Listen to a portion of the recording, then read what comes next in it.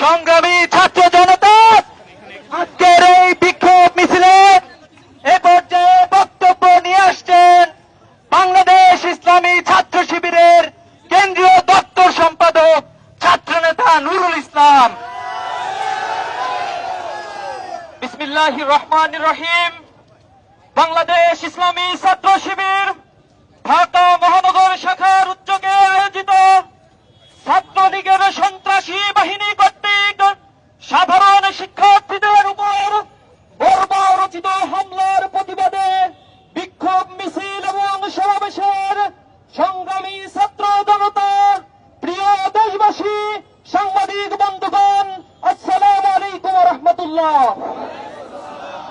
প্রিয় ছাত্র জনতা, আপনারা অবগত আছেন বিগত কয়েকদিন যাবত বৈষম্যমূলক কোটা সংস্কারের দাবিতে সাধারণ ছাত্ররা সারা বাংলাদেশে তীব্র গণ আন্দোলন করছে। তাদের এই ন্যায্য আন্দোলনে সামগ্রিকভাবে গতকাল সন্ত্রাসী ছাত্রলীগ বাহিনী কর্তৃক বর্বরচিত হামলা করা হচ্ছে। আমরা এই হামলার তীব্র নিন্দা এবং প্রতিবাদ জানাচ্ছি। ছাত্রলীগকে প্রতিহত করার জন্য ঘোষণা দিচ্ছি, বাংলাদেশের সবচেয়ে বড় সন্ত্রাসী সংগঠন হল ছাত্রলীগ। মানবতা বিরোধী সকল কর্মকাণ্ডের সাথে এ ছাত্র সংগঠন এখন যুক্ত হয়ে গিয়েছে।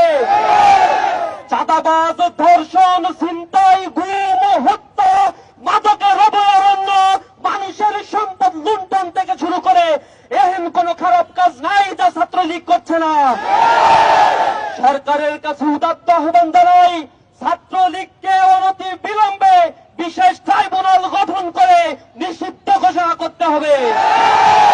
অন্যথায় ছাত্র জনতা দুর্বার আন্দোলন করে তুলে বাংলাদেশে এ দলকে নিষিদ্ধ করবে। আমরা গতকাল দেখেছি ঢাকা বিশ্ববিদ্যালয়ে, জগন্নাথ বিশ্ববিদ্যালয়ে, জাহাঙ্গীরনগর বিশ্ববিদ্যালয়ে যেখানে মেধার চর্চা হয় সেখানে রক্ত ঝরেছে। আমার বোনেদের উপরে হামলা করা হয়েছে। গতকাল যে রক্ত ঝরেছে এটা রক্ত ঝরানো নয়, এটা স্বৈরাচার কর্তৃক শাসনকৃত এ স্বাধীন বাংলাদেশের এক প্রতিচ্ছবি মাত্র। জনগণের অধিকার নাই, ভোটাধিকার নষ্ট করেছে।